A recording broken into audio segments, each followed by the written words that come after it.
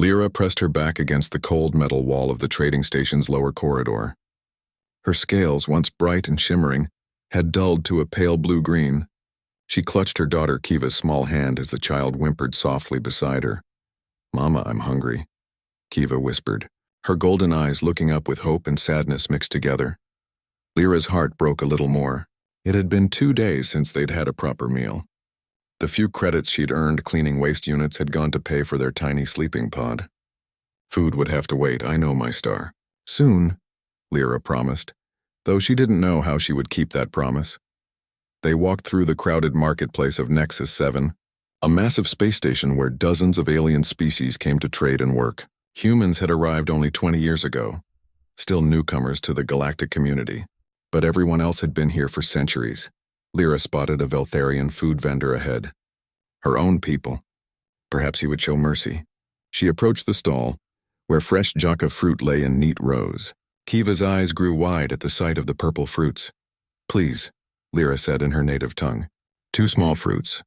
I can pay half now and half next week when I get work." The vendor, an older male with deep green scales, looked at her. His eyes narrowed when he saw the silver band on her wrist. "The widow's mark, no," he said flatly. "I don't serve the death-marked. Please, my daughter is hungry." "She's just a child." "Your daughter carries the taint too. Leave before you curse my business." He turned his back to her. Lyra felt the familiar shame burn through her chest. It had been 2 years since her husband died in the shipping accident. 2 years since her people had turned their backs on her. In Veltharian culture, death marked a person.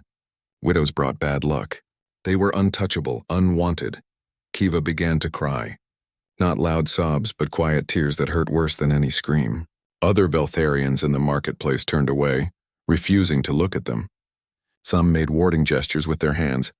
Lyra pulled Kiva away from the stall. She found a quiet corner and sank down, holding her daughter close. What kind of mother couldn't even feed her child? What kind of life was this? "Hey, are you okay?" Lyra looked up, startled. A human stood before them. He was young, maybe 30 years old in human counting. He wore the gray uniform of a cargo worker. His hair was black and messy, and his brown eyes showed concern. Lyra didn't speak human language well.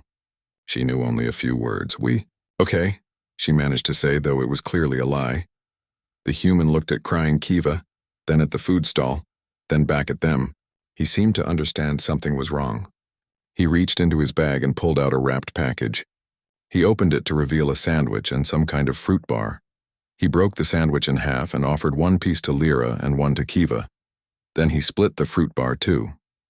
Kiva looked at her mother for permission. Lyra hesitated. She didn't know this human, but Kiva was so hungry and the man's face was kind. "Thank you," Lyra said carefully in human language. "Dohyun," the man said, pointing to himself. "Lyra," she replied, pointing to herself. "Kiva," she added, touching her daughter's head. Kiva ate the food quickly, tears still wet on her cheeks. Lyra ate more slowly, savoring each bite. It had been so long since anyone had shown them simple kindness. Dohyun sat down across from them. He pulled out a small device, a translator. The technology was old and cheap, but it worked for basic conversations. "Why wouldn't that vendor sell to you?" His voice came through the device in Veltharian language. Lyra touched her silver wristband. "I am widow. In my culture, widows are bad luck. People think we bring death. No one wants to be near us. No one will marry us again. We are nothing." The translator struggled with some words, but Dohyun seemed to understand. His face showed confusion and then anger. "That's stupid," he said.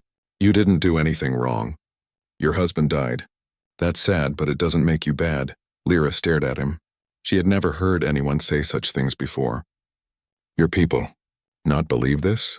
"No, humans don't believe that. When someone dies, we're sad. We help the family. We don't push them away." He shook his head. "That's cruel." For the first time in 2 years, Lyra felt something warm in her chest. Not hope exactly, but something close to it. This human stranger saw her as a person, not as a curse. "You have work?" Dohyun asked. "Sometimes. Small jobs." "Not much." Lyra looked down. "No one wants to hire widow." "That's wrong." Dohyun stood up and thought for a moment. "I work in Cargo Bay 7. We need someone to sort recycling materials.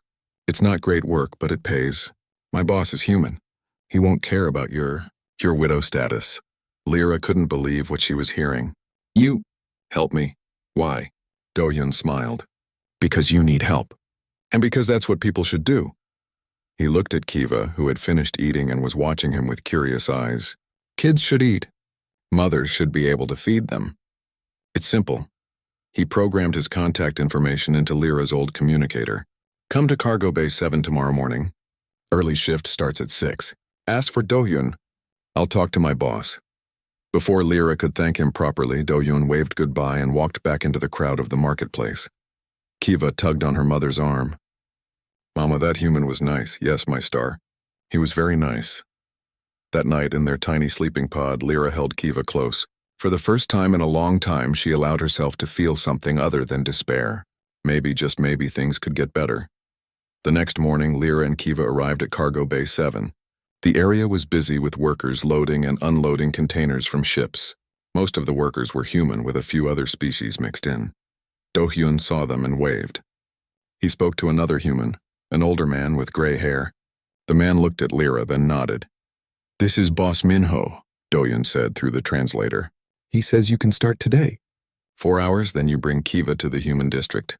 There's a community center where kids can stay while parents work. Lyra felt tears coming but held them back. Thank you. Thank you so much, Minho spoke, and the translator turned his words into Veltharian. Work hard and you'll have a place here. We don't care about your past. We care about what you do now. As Lyra began her first day of real work in 2 years, she watched Do-hyun show her what to do. He was patient and kind. Kiva sat nearby, coloring on a datapad that Do-hyun had given her. Lyra didn't understand humans yet. Their culture was still strange to her, but she understood kindness. She understood that this one human had seen her and her daughter as people worth helping. Maybe humans were different from other species. Maybe they didn't see death marks and curses. Maybe they just saw someone who needed help. For the first time since her husband died, Lyra smiled. 3 months passed, and Lyra's life changed in ways she never imagined possible. She worked in the cargo bay every day, and Boss Minho had increased her hours. She could now afford proper food, and had even moved to a slightly better sleeping pod in the mid-level section. But more than the work, it was the friendship that surprised her most. Do-hyun brought lunch every day and sat with her during breaks. At first, Lyra felt uncomfortable, worried that his kindness would run out. But it never did. He taught her more human words. She taught him Veltharian phrases. They laughed at each other's pronunciation mistakes. Your name sounds like Doryan when I say it, Lyra admitted one day, embarrassed. Do-hyun laughed. That's okay. Half the humans on the station can't say it right either. You're doing better than most. Kiva had blossomed too. At the Human Community Center, she played with children of different species. She learned to speak basic human language faster than her mother. Children always learned quicker. One day, Do-hyun brought his younger sister to meet them. This is Yuna, he said. She works at the medical center. Yuna was small and cheerful, with bright eyes and a warm smile. She knelt down to Kiva's level immediately. Hello, Kiva. Your scales are so pretty. They look like ocean water. Kiva, shy at first, smiled. Thank you. Your hair is very black. It's like space. Yuna laughed and pulled out a small box. I brought you something. It's a game human children play. Want to learn? From that day on, Yuna visited often. She taught Kiva human games and songs. She helped Lyra practice reading human text. The two women became friends, something Lyra hadn't had in years. But not everyone was happy about these new friendships. One evening, as Lyra and Kiva walked through the main marketplace, a group of Veltharians blocked their path. Lyra recognized them from the Veltharian district. Elder Torin, a community leader, stood at the front. Lyra the widow, he said in their language, his voice cold. We see you spending time with humans. This is shameful. Lyra held Kiva's hand tighter. They are my friends. They've been kind to us. Friends? Another Veltharian woman spoke up. You bring shame to our people. Bad enough you are death-marked, but now you corrupt the newcomer species with your presence. I've done nothing wrong, Lyra said, her voice shaking but firm. You exist. That is wrong enough. Elder Torin stepped closer. You should hide yourself away. Instead, you walk freely, bringing your curse wherever you go. Kiva began to cry. She pressed against her mother's side. A voice cut through the tension. What's going on here? Do-hyun appeared with his co-worker Seojin beside him. Both men looked concerned and angry. Elder Torin spoke in broken human language. "This not your business, human. This is Veltharian matter. Lyra is my friend," Do-hyun said firmly. "That makes it my business. She is cursed. Death-marked. You should stay away or her curse will take you too." Do-hyun looked at the elder with disgust. "I don't believe in curses. Lyra is a good person and a good mother. Whatever superstitions you believe, keep them to yourself. You do not understand our ways. I understand you're bullying a woman and a child. That's all I need to understand." Do-hyun stepped between Lyra and the Veltharian group. "Leave them alone." Seojin stood beside him. Yeah, what he said. Other humans in the marketplace had stopped to watch. One by one they moved closer, forming a loose circle around Lyra and Kiva. Not threatening, but clearly supportive.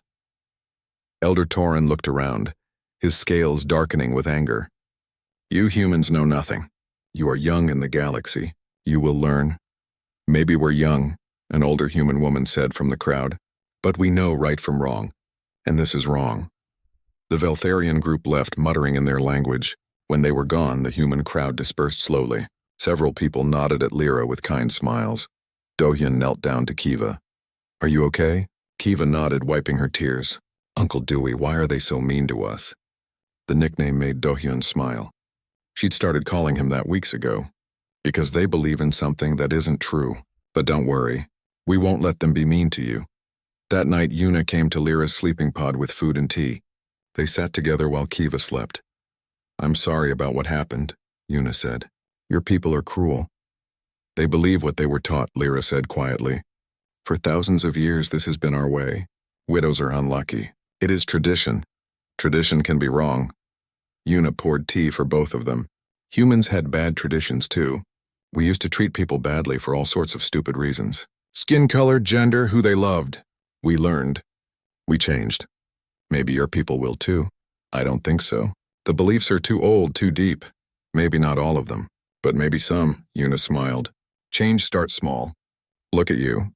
3 months ago you were starving. Now you have work friends, a better home. Things can change." Lyra looked at her daughter sleeping peacefully. "I never thought I would have friends again. I thought Kiva and I would always be alone." "You're not alone. You have us." Those simple words meant everything. Weeks passed. Lyra settled into a routine.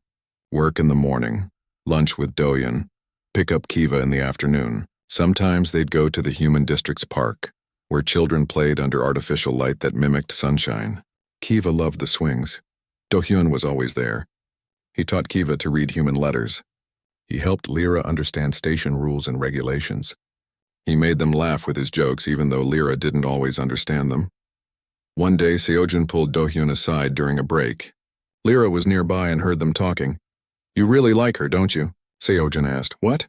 "We're just friends," Do-hyun said quickly. "Sure, friends. That's why you bring her lunch every day. Why you spend all your free time with her and her kid. Why you smile like an idiot whenever she's around. I'm helping someone who needed help. And now?" Do-hyun was quiet for a moment. "And now? I don't know. She's amazing. She's been through so much, but she's strong. And Kiva is a great kid. But it's complicated. Why? She's Veltharian. I'm human. She's dealing with enough already without people talking about us." Seojin laughed. "People always talk. Who cares? If you like her, tell her." "It's not that simple." But Lyra had heard enough. Her heart was beating fast. Did Do-hyun have feelings for her? The thought seemed impossible. She was death-marked. No one could want her that way. Yet she couldn't deny her own feelings anymore. Somewhere between the first shared sandwich and teaching him to count in Veltharian, she had started to care for him, more than as a friend. That evening, as they sat in the park watching Kiva play, Lyra spoke quietly. "Do-hyun, why do you spend so much time with us?" He looked surprised by the question. "Because I enjoy it." "You're my friend." "Just friend?" The question hung in the air. Do-hyun looked at her and Lyra saw something in his eyes.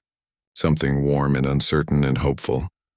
He started, then stopped. "Lyra, I don't want to make things harder for you." "Answer the question." He took a breath. "No, not just friends. At least not for me. But I know your situation is complicated. I know your people already judge you. I don't want to make it worse." Lyra felt her scales warm, a Veltharian blush. My people have already rejected me completely. Nothing can make that worse. But you have made everything better. They sat in silence, watching Kiva play, but now they sat a little closer. Not touching, but close enough to feel each other's warmth. Things were changing. Slowly, carefully, but definitely changing.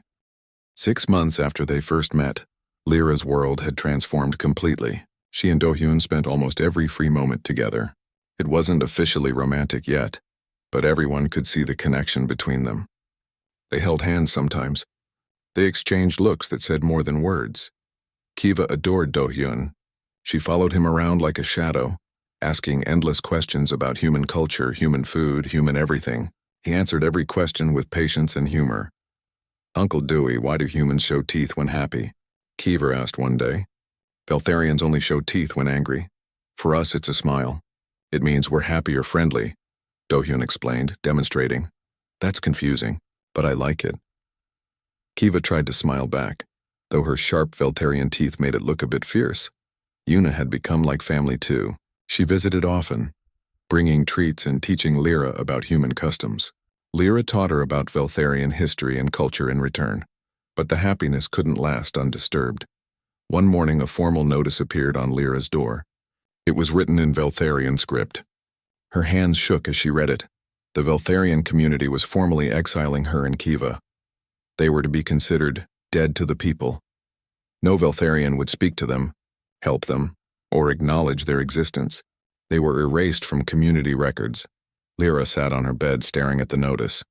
She should have expected this. She had been spending time with humans, breaking the invisible rules of her culture. But seeing it written officially made it real and final. When Do-hyun arrived for their usual lunch, he found Lyra crying quietly while Kiva sat beside her looking scared. What happened? He rushed to them. Lyra showed him the notice. Even through the translator, the coldness of the words came through clearly. "They've exiled us. We are no longer Veltharian in their eyes. We are nothing." Do-hyun read the notice, his face growing angry. "This is ridiculous. They can. They have..." Lyra wiped her tears. "I knew this would happen. I should have been more careful." "Careful? You mean you should have stayed miserable and alone to please people who treat you terribly?" Do-hyun sat beside her. "No, this isn't your fault. I've lost everything of my heritage, my culture, my people. What do I have left? You have Kiva." Do-hyun took her hand gently. "You have friends who actually care about you. You have a life here. You have me if you want." Kiva looked up at them with her large golden eyes. "Mama, I don't want to be Veltharian if it means being alone. I like Uncle Dewey. I like Aunt Yuna. I like human children at the center." Lyra pulled her daughter close. "Oh, my star." Do-hyun touched Lyra's face gently, turning her to look at him. "You haven't lost everything. You've lost people who never valued you. But you've gained people who do. Sometimes that's how life works. You lose something painful to gain something beautiful." His words helped, but the grief was still there. That night, Lyra told Kiva stories about Veltharian heroes and traditions. She didn't want her daughter to forget where they came from, even if their people had forgotten them. 2 weeks later, disaster struck. Kiva collapsed at the community center. She had a high fever and was shaking violently. Yuna was called immediately. "It's Veltharian fever," Yuna said, her face worried. "It's a childhood disease. Usually mild, but it can be serious. I need to take her to the medical center." At the medical center, they learned that there was a Veltharian clinic with specialists for this disease. Yuna contacted them immediately, but when the Veltharian doctors learned who the patient was, they refused. "We do not treat the exiled," the doctor said over the communication link. "She's a child," Yuna shouted. "She's sick. She is dead to us. Find someone else." The link cut off. Do-hyun had to physically restrain himself from smashing the communication panel. They would let a child die? A child? "We'll handle it ourselves," Yuna said, though her voice was tight with worry. "I'll research the disease. We have medical databases. I'll figure it out." For 3 days, Kiva burned with fever. Yuna worked around the clock, consulting databases and talking to other doctors.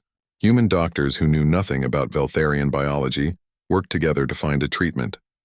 Lyra stayed by her daughter's bedside, holding her small hand. Do-hyun stayed too, never leaving. He brought food that Lyra couldn't eat. He brought water. He just stayed. I can't lose her, Lyra whispered on the second night. She's all I have. You won't lose her, Do-hyun said firmly. Yuna will figure this out. And you have more than just Kiva. You have us. On the third day, Yuna burst into the room with a medication pack. I think I've got it. It's adapted from a human antiviral, modified for Veltharian biology. It should work. She administered the medication. They waited. Slowly, over the next few hours, Kiva's fever began to drop. Her breathing became easier. She opened her eyes. Mama, she said weakly. Lyra sobbed with relief, holding her daughter close. I'm here, my star. I'm here. Kiva looked at Do-hyun. Appa? The word slipped out naturally. Appa. The Veltharian word for father or daddy. Everyone in the room froze. Kiva seemed to realize what she'd said. I mean, Uncle Doi, sorry. But Do-hyun's eyes were wet with tears. He moved closer and gently touched Kiva's head. You can call me Appa if you want. I would be honored. Lyra watched the exchange, her heart full. This human man had stayed by her daughter's bedside for 3 days. He had refused to leave. He had been there in every way that mattered. When Kiva fell back asleep, Do-hyun and Lyra sat in the quiet hospital room. She called you Appa, Lyra said softly. I know. Do-hyun looked at her. Lyra, I need to say something. These past few days I've been terrified. Terrified of losing Kiva. Terrified of what it would do to you. And I realized something. What? I love you. Both of you. I don't know when it happened exactly. Maybe that first day in the marketplace. Maybe later. But I love you. And I want to be part of your family. Really part of it. Lyra felt tears rolling down her face. In my culture, I can never marry again. Widows cannot. I don't care about your culture's rules. They exiled you, remember? You're free from those rules now. He took both her hands. In human culture, when you love someone, you can choose to build a life together. We can create our own family, our own rules. The station. People will talk. Human and Veltharian together. It's unusual. Let them talk. I don't care what others think. I only care about you and Kiva. Do you love me? Lyra had never said those words to anyone except her first husband. Speaking them now felt scary and thrilling. Yes, I love you. Do-hyun smiled. That big human smile that showed all his teeth. Then that's all that matters. He leaned forward slowly, giving her time to pull away. But Lyra didn't pull away. Their first kiss was gentle and sweet and perfect. When they pulled apart, Lyra laughed softly. Your lips are so soft. Veltharians don't have lips like that. Is that a good thing or bad thing? Good. Definitely good. Over the next week, as Kiva recovered, they talked about what a future together might look like. Do-hyun wanted to formally adopt Kiva. He wanted to marry Lyra in human custom. He wanted to build a real home with them. Lyra wanted the same things. For the first time since her first husband died, she could imagine a future that wasn't just survival. She could imagine happiness, are you sure? She asked him one evening. You're giving up a lot. You could find a human partner easily. You don't have to take on a widow and her child. Do-hyun pulled her close. I'm not taking on anything. I'm gaining everything. You're not a burden, Lyra, you're a gift. Both of you are. Those words healed something deep inside her. For so long she had believed she was cursed, unwanted, a burden to anyone who came near her. But this human saw her differently. He saw her as someone worth loving. Maybe the Veltharians were wrong about everything. Maybe death didn't mark a person. Maybe it was possible to love again, to be happy again, to build a new life from the ashes of the old one. As Kiva slept peacefully in the hospital bed, Lyra leaned against Do-hyun's shoulder and allowed herself to hope. Do-hyun was nervous. He had done dangerous things in his life, worked with heavy machinery, fixed broken ships in zero gravity, but nothing made him as nervous as what he was about to do. He stood in the marketplace holding a small box. Inside was a ring, modified to fit Veltharian fingers, which were slightly longer than human ones. He'd had it specially made. Seojin stood beside him. You're really doing this? Yeah, I'm really doing this. You know it's going to cause trouble. Humans marrying aliens isn't common yet. And with her situation, I don't care about common. I care about her. Do-hyun checked the time. Lyra would be here soon after her work shift ended. You're a good guy, you know that? Seojin clapped him on the shoulder. Good luck. When Lyra arrived with Kiva, Do-hyun's nervousness increased. He'd planned a speech, but his mind went blank. Hi, he said stupidly. Lyra smiled. Hi, are you okay? You look strange. I'm fine, great, good. Listen, I need to ask you something. Kiva looked up at him curiously. What is it, Appa? She'd been calling him that consistently for 2 weeks now. Every time she said it, his heart melted. Do-hyun took a deep breath and got down on one knee. In human culture, this was how you proposed marriage. He pulled out the ring box. Lyra, I love you. I love Kiva. I want us to be a family officially. Will you marry me? Lyra's scales flushed with color, a sign of deep emotion. Her hand went to her mouth. Marry? But I'm a widow. I can't. Your people exiled you. Their rules don't apply anymore. In human culture, you can marry again. You can be happy again. He held up the ring. This isn't about what others think. This is about us. Will you marry me? Tears ran down Lyra's face. Yes, yes, I will marry you. Do-hyun stood and slipped the ring onto her finger. It fit perfectly. They kissed while Kiva jumped up and down with excitement. Appa and Mama are getting married. We're going to be a real family. People in the marketplace clapped and congratulated them. Most were humans, but a few other species joined in. It was a happy moment. But happiness, as Lyra had learned, often came with complications. News of the engagement spread quickly through the station. Most humans were supportive. Other species had mixed reactions. Some thought it was sweet. Others found it strange. The Veltharian community was furious. 3 days after the proposal, Elder Torin appeared at Lyra's door with 2 other Veltharians. This is an outrage, he said. You shame our entire species. I'm exiled, remember? What I do shouldn't matter to you, Lyra replied, standing in her doorway with arms crossed. It matters because you exist, and now you plan to marry a human and make a mockery of our traditions. Your traditions made me suffer. Why should I care about them? Because you are Veltharian, whether we claim you or not. Elder Torin's eyes went to Kiva, who was hiding behind her mother. And the child. She will grow up confused, not knowing her real culture. Her real culture rejected her when she was hungry and afraid. The humans took her in. They saved her life. So maybe her real culture is human now. Elder Torin stepped closer. I am formally challenging your custody of the child. A death-marked widow cannot raise a child properly. And allowing a human to adopt her? It's unthinkable. I'm taking this to the station authorities. Fear shot through Lyra. You can't take my daughter. Watch me. Elder Torin turned and left. Lyra immediately called Do-hyun. When he arrived, she was pacing the small room frantically. They want to take Kiva. They're going to claim I'm unfit, that you're not Veltharian so you can't adopt her. Do-hyun made several calls. Within an hour, a human man in an official uniform arrived. He was older, with kind eyes and gray at his temples. I'm Ambassador Junho. I represent human interests on this station. I heard about your situation. He sat down and listened to everything. The exile. The engagement. The custody threat. First, let me be clear. Under station law, you are Kiva's mother. You have legal custody. The Veltharian community has no legal claim, especially since they formally exiled you both. But they're challenging it, Lyra said. Let them. They won't win. Junho looked at Do-hyun. You want to formally adopt Kiva? Yes, more than anything. We'll make it official before the challenge hearing. That way, you'll already be her legal father. Much harder for them to argue against that. The next day, they went to the station's legal office. The process was simple.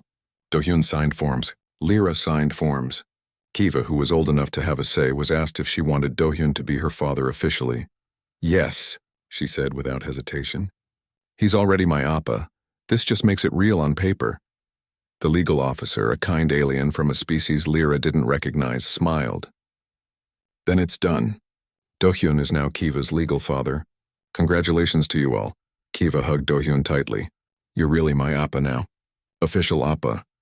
I'm your appa forever, he said, holding her close. But the Veltharians didn't give up easily. A hearing was scheduled before the station council. Elder Torin brought 3 other Veltharian community leaders. They argued that Lyra was unfit due to her death-marked status. They argued that Do-hyun, as a human, couldn't properly raise a Veltharian child. Ambassador Junho represented Lyra's side. Let me understand this, Junho said to the council. You're arguing that a loving mother and her devoted partner are unfit parents because of superstitious beliefs? They are not superstitions. They are traditions, Elder Torin argued. Traditions that led you to exile a mother and child. Traditions that made you refuse medical care to a sick child. Traditions that left them starving. Junho pulled up records on a display screen.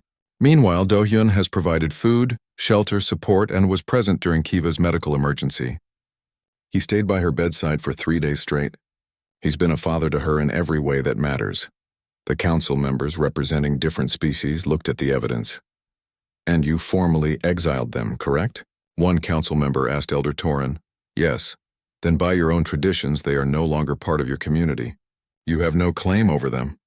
But the child has 2 loving parents who care for her well-being. That's what matters under station law.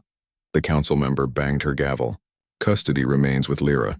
Adoption by Do-hyun is recognized as legal and binding. Case dismissed. Elder Torin stood angrily. This is not over. Yes, it is, Junho said firmly. If you continue to harass this family, I will file legal action against you for harassment. Do you understand? The Veltharian delegation left, defeated but bitter. Outside the council chamber, Lyra broke down crying. But these were tears of relief. It's over. They can't take her. No one can take her. She's ours. We're a family. Do-hyun held both Lyra and Kiva close. Yuna appeared with a group of friends, all humans and a few other aliens who supported them. We came to make sure you had backup, Yuna said. But it looks like you didn't need us. We always need you, Lyra said, hugging her. Thank you. All of you. That evening, they celebrated at a small restaurant in the human district. Friends gathered around, toasting to the new family. Kiva sat between her parents, beaming with happiness. Seojun raised his glass. To Do-hyun, who saw someone who needed help and didn't look away. To Lyra, who survived things that would break most people. And to Kiva, who's going to grow up knowing what real family means. Everyone cheered and drank. Later, when it was just the 3 of them walking home, Kiva looked up at her parents. Appa, will you and Mama get married soon? Yes, very soon. Do you want to help plan it? Can I wear a pretty dress? And can Aunt Yuna be there? And can we have cake? Yes to all of that, Lyra said, laughing. Do-hyun looked at Lyra over their daughter's head. In her eyes he saw love, gratitude, and hope. Everything they'd been through had brought them here. To this moment. To this family. I love you, he mouthed silently. I love you too, she mouthed back. They walked home together, a human, a Veltharian, and their daughter, a family that shouldn't have worked according to tradition and culture, but a family that worked perfectly because it was built on love. The wedding was small but beautiful. They held it in the human district's community garden, under artificial lights that mimicked sunset. Lyra wore a simple blue dress that matched her scales. Do-hyun wore his best suit. Kiva wore a pink dress and carried flowers. Yuna stood beside Lyra as her friend and supporter. Seojun stood beside Do-hyun. Ambassador Junho performed the ceremony, which followed human customs since Veltharian customs had rejected them. Marriage is about choosing to build a life with someone, Junho said. It's about facing the future together, whatever that future holds. Do-hyun and Lyra have already proven their commitment to each other and to Kiva. Today, we simply make it official. They exchanged vows. Do-hyun promised to love and protect Lyra and Kiva always. Lyra promised to build a new life with Do-hyun, leaving the pain of the past behind. When Junho said, "You may kiss," they did. And everyone cheered. Kiva ran to them and they lifted her between them. The 3 of them hugging as one family. The reception was joyful. Friends brought food from different cultures. Music played, a mix of human and alien songs. Children ran around playing while adults talked and laughed. But the most surprising moment came when a young Veltharian woman approached Lyra nervously. "Excuse me," she said in Veltharian. "My name is Nira. Can I speak with you privately?"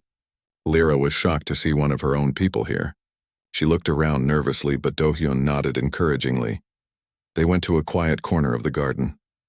"I'm sorry to disturb your wedding," Nira said, "but I had to meet you. I'm a widow too. My husband died 6 months ago. I'm sorry for your loss. Thank you. The community has shunned me like they did to you. I've been struggling alone." Nira looked at the celebration. "But I heard your story. How you survived, how you found someone who didn't care about the death mark. It gave me hope. Lyra felt a surge of emotion. You're not alone. That's what I learned. The traditions that hurt us, we don't have to follow them anymore. But how? Where do I start? Start by asking for help. The humans on this station, they don't believe in our superstitions. They see people, not curses. Lyra squeezed Nira's hand. Come to the cargo bay tomorrow. There's work available. Boss Minho will hire you. I promise. You would help me. Even on your wedding day? Especially on my wedding day. Because I remember what it was like. I won't let another widow suffer alone if I can help it. Nira started crying. Thank you. Thank you so much. When Lyra returned to the party, Do-hyun saw her face and knew something important had happened. What was that about? Another widow. She needs help. Lyra looked at him seriously. There are probably others. Other Veltharian widows suffering because of these cruel traditions. I want to help them. Then we will, Do-hyun said simply. Over the next months, their life settled into a wonderful routine. They moved into a larger apartment in the human district, big enough for all three of them. Kiva started at a new school that Sora, a human teacher, had opened. The school accepted children of all species. Kiva excelled. She learned quickly, making friends with human children and aliens from different worlds. She was especially good at languages, speaking fluent human, Veltharian, and learning a third alien language. Mama, today we learned about different family structures, Kiva said one evening over dinner. Some kids have two parents. Some have one. Some have more. I told everyone I have the best family because we chose each other. Lyra and Do-hyun smiled at each other across the table. Lyra's work had changed too. With Ambassador Junho's help, she started a small organization to help aliens who faced discrimination or cultural exile. She worked particularly with Veltharian widows, but also with others who'd been rejected by their communities. Nira was her first success story. She now worked in the cargo bay and was dating a kind alien from another species. 3 other Veltharian widows had also reached out, and Lyra was helping them find work and housing. Word began to spread. Even back on the Veltharian homeworld, people heard about Lyra's story. Some condemned her, but others, especially young Veltharians, started questioning the widow traditions. Change is slow, Ambassador Junho told her one day, but it's happening. You started something important. Do-hyun continued working in cargo, but Boss Minho had promoted him to supervisor. He also started a youth sports program, coaching children of different species in human games. Kiva was on his team. One evening, 8 months after the wedding, Lyra had important news. They sat together after Kiva had gone to bed. Lyra was nervous. Do-hyun, I need to tell you something. What's wrong? You look worried. Nothing's wrong. At least I don't think so. But this is big. She took a breath. I'm pregnant. Do-hyun froze. Pregnant? But I thought, you're Veltharian, I'm human. I didn't think we could. Neither did I. But I went to the medical center because I wasn't feeling well. You ran tests. It's rare, very rare, but possible. Human and Veltharian DNA are compatible enough. Lyra searched his face. Are you upset? Upset, I'm thrilled. Do-hyun pulled her into a tight hug. We're having a baby. Kiva's going to be a big sister. This is amazing, they told Kiva the next morning. She was so excited she could barely eat breakfast. A baby. A real baby. Will it have scales or skin? Will it speak Veltharian or human first? When do we get it? It will take several months, Lyra explained, laughing.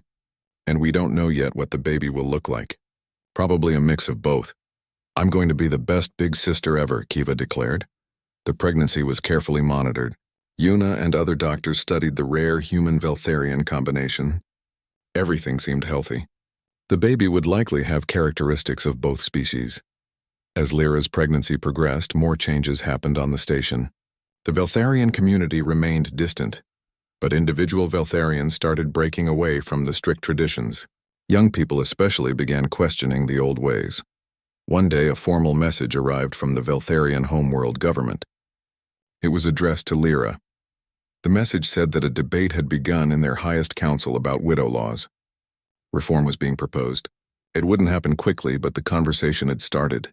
They mentioned your name, Do-hyun said, reading the message. They said your story had reached the homeworld and was inspiring change. I never wanted to be famous, Lyra said.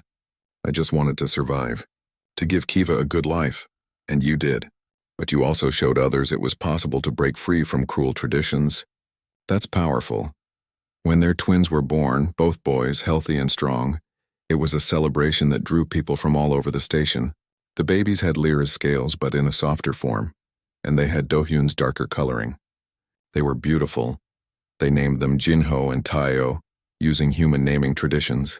Kiva, now 9 years old, held her baby brothers carefully, her face full of wonder. They're so small, and they have tiny scales. They're perfect. The family of 5 settled into their new life. It was chaotic with 2 babies, but full of love and laughter. Yuna visited often, helping with the twins. Seojin taught Kiva to play human card games. Boss Minho brought baby gifts. Ambassador Junho checked in regularly.